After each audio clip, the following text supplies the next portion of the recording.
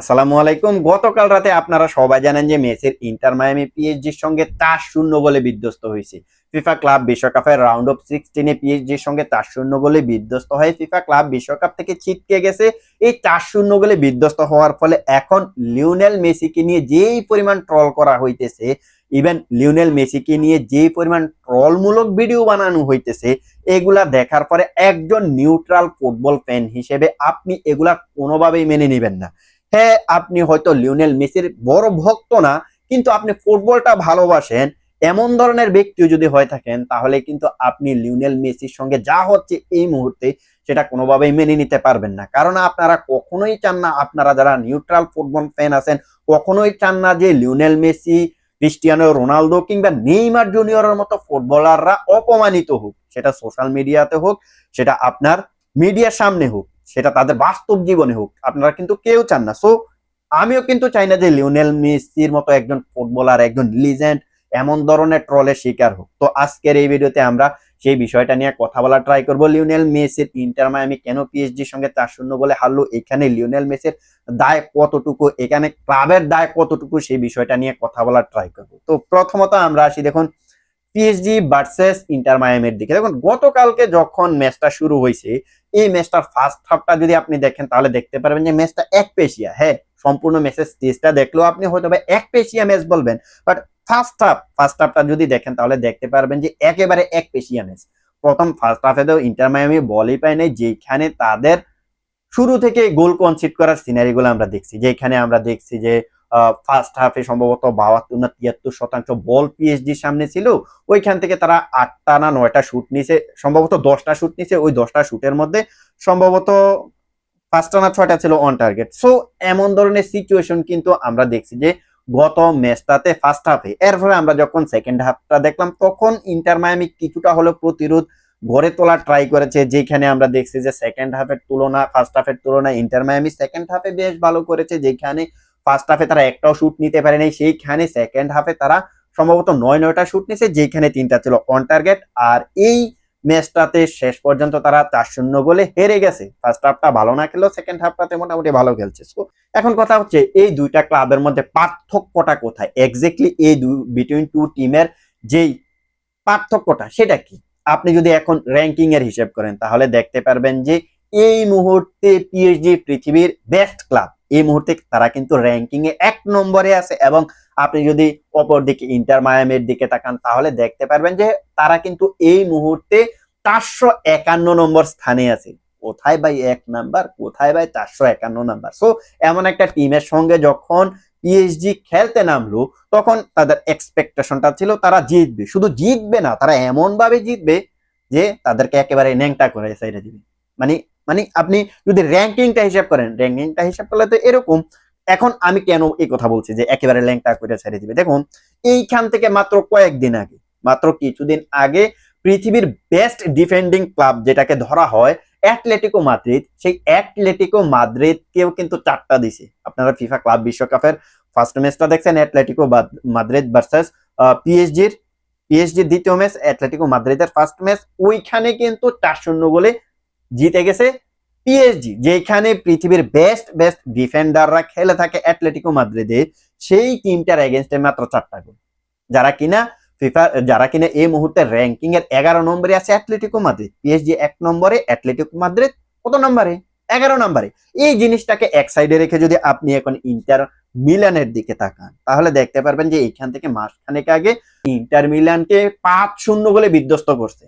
যে inter Milan এখন ranking এর 6 নম্বরে আছে, ওই ইন্টার মিলানকে চ্যাম্পিয়ন্স লিগের ফাইনালে, যেখানে আমরা কল্পনাও করতে পারি না যে পিএসজি ফার্স্টটা দিবে, ৫-০ গোলে জিতবে, ওই পিএসজি ইন্টার মিলানকে ৫-০ গোলে বিধ্বস্ত করছে। সো এই রেজাল্ট গুলা দেখার পরে, অ্যাটলেটিকো মাদ্রিদের বিপক্ষে ইন্টার মিলানের বিপক্ষে রেজাল্ট গুলা দেখার পরে আপনি যখন এই টিমটাকে, পিএসজির মতো এই টিমটাকে ইন্টার মায়ামির মতো একটা দলের সামনে নিয়ে দাঁড় করাবেন, তখন আপনারা কি ভাববেন? তখন আপনি কি এক্সপেক্ট করবেন? তারা তো জিতবে, এমন ভাবে জিতবে যে ইন্টার মিলানকে একেবারে ন্যাংটা করে দিবে। কিন্তু আদৌ তো কি সেটা হয়েছে? মাত্র 4টা গোল তারা কনসিড করছে। সো যে 4টা গোল কনসিড করছে, একটা তো ওম গোল ছিল, যে বাকি যে 3টা গোল কনসিড করছে, এই 3টা গোলকে আসলে পিএসজির মতো টিম মাত্র ইন্টার মায়ামিকে দেওয়ার মতো ক্যাপাবিলিটি রাখে? নাকি এর চাইতেও বেশি? আমার যেটা ধারণা, আমি তো ভাবছিলাম যে ভাই 6টা 7টা 8টাও গোল হইতে পারে, 8টা হইলেও আমি কিন্তু এই জায়গায় অবাক হব না। বাট সেই জায়গায় ইন্টার মায়ামি মাত্র 4টা গোল কনসিড করছে, যারা কিনা এই মুহূর্তে র্যাঙ্কিং এর 451 নম্বরে আছে। সো এমন একটা টিমের বিপক্ষে যখন পিএসজির মতো বিশ্বের রিসেন্টলি বেস্ট টিম, সেই টিমটা যখন ইন্টার মায়ামির সঙ্গে খেলতে যাবে, এই জায়গায় আপনারা এক্সপেক্ট করতেই পারেন যে এই ম্যাচটা মানে ইন্টার মায়ামি হারবে আর পিএসজি জিতবে। সো ওই টিমটাতে যখন একটা প্লেয়ার খেলে লিওনেল মেসি, সেই প্লেয়ারটা যখন এমন একটা টিমে এসে খেলা শুরু করলো, যে টিমটার ডিফেন্স বলতে কিছু নাই, মিডফিল্ড বলতে কিছু নাই, এমন টিমটাতে এসে যখন খেলা শুরু করলো, তখন আপনি লিওনেল মেসিকে নিয়ে ভাই কিভাবে ট্রোল করতে পারেন? যে বিশ্বের, আপনি যদি এই মুহূর্তে র্যাঙ্কিং করেন, অনেকের মতে কিন্তু সে সর্বকালের সেরা প্লেয়ার।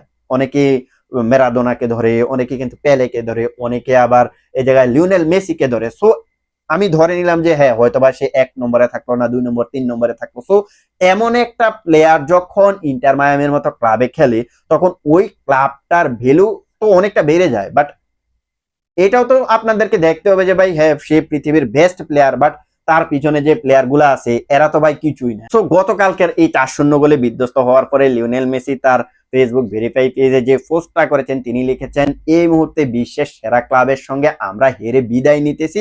আই মিন তিনি যেটা বোঝাতে চাইতেছেন সেটা হচ্ছে চ্যাম্পিয়ন্স লিগ বিজয়ীর সঙ্গে তারা হেরে সম্মান সহিত ফিফা ক্লাব বিশ্বকাপ থেকে ছিটকে গেছে।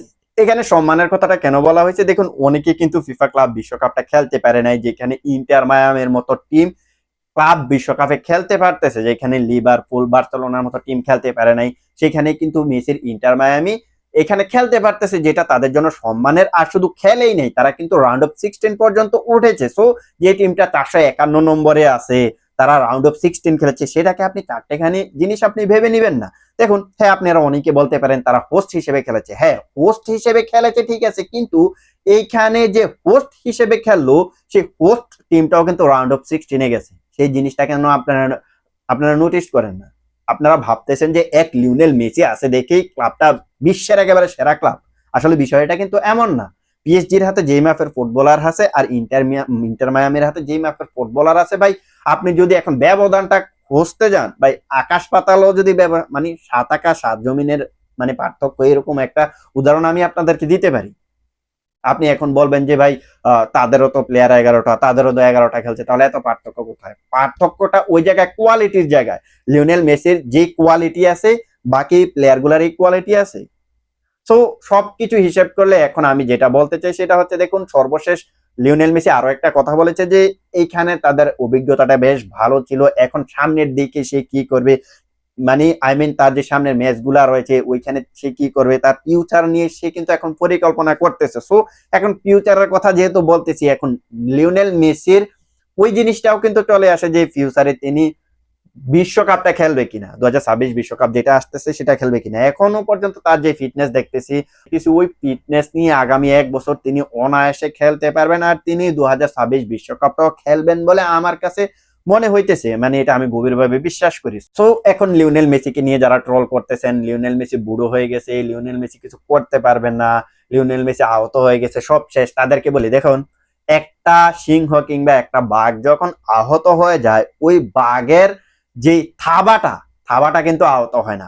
একটা বাঘ অসুস্থ থাকলেও তার যে থাবাটা মারে, ওই থাবার রেসটা কিন্তু যার উপরে ফেরে সে কিন্তু বুঝতে পারে। যেমন লিওনেল মেসি আপনার দেখতে পারবেন যে 2006 থেকে 2021 পর্যন্ত যখন তিনি ইন্টারন্যাশনাল ম্যাচ খেলেছেন, ওইখানে কিন্তু তার কোনো ট্রফি ছিল না। একের পর এক লিওনেল মেসি চ্যাম্পিয়ন হওয়ার দ্বার প্রান্তে গিয়ে কিন্তু তিনি ছিটকে যাইতেন। 2024 ফাইনালে, মানে বিশ্বকাপ ফাইনালে তিনি ওইখানেও কিন্তু হেরে গেছেন। 2015-16 কোপা আমেরিকার ফাইনালটা হেরেছেন, 2019 কোপা আমেরিকার সেমিফাইনাল হারছেন। সো এগুলা দেখার পরে তিনি যেভাবে আস্তে আস্তে আস্তে আহত বাঘ থেকে যেভাবে তার থাবাটা তৈরি করছে, এখন যদি সে আর্জেন্টিনাতে গিয়ে একটা থাবা মারে, ওই থাবার রেসটা যাদের উপর পড়বে তারাই কিন্তু সেটা বুঝতে পারবে। যেমনটা আমরা দেখেছি যে 2021 সালের কোপা আমেরিকায় তিনি তার ফার্স্ট ইন্টারন্যাশনাল ট্রফিটা ক্লেম করেছিলেন, ওইখানে কিন্তু তিনি প্লেয়ার অফ দ্য টুর্নামেন্ট হয়েছেন। সো ওইখানেও কিন্তু তার একটা থাবা আমরা দেখছি। তারপর 2022 অনেকে তো ধরেই নিয়েছিল লিওনেল মেসি কি করবে, ওই লিওনেল মেসি কিন্তু আর্জেন্টিনাকে বিশ্বকাপটা জিতেছে। সো একের পর এক ধাক্কা খাইতে খাইতে খাইতে আহত বাঘের মতো যেভাবে তার থাবাটা তৈরি করছে, ওই থাবার রেসটা কিন্তু পরবর্তীতে আমরা 2024 কোপা আমেরিকাও দেখছি। সো সবকিছু মিলিয়ে এখনো পর্যন্ত আমি যে কথাটা বলতে চাই, লিওনেল মেসি এখনো যে পারফরমেন্স করতেছে, হ্যাঁ গত ম্যাচটাতে তিনি গোল পায় নাই, এখনো পর্যন্ত যে লেভেলের পারফরমেন্স করতেছে, এইগুলা দেখার পরে আপনি বলতে আরো একবার বাধ্য হবেন যে লিওনেল মেসিকে নিয়ে আপনি যতই ট্রল করেন, লিওনেল মেসিকে আপনি যতই নিচে নামাইতে চান, দিন শেষে তার ক্লাসটা এতটুক না, এতটুক।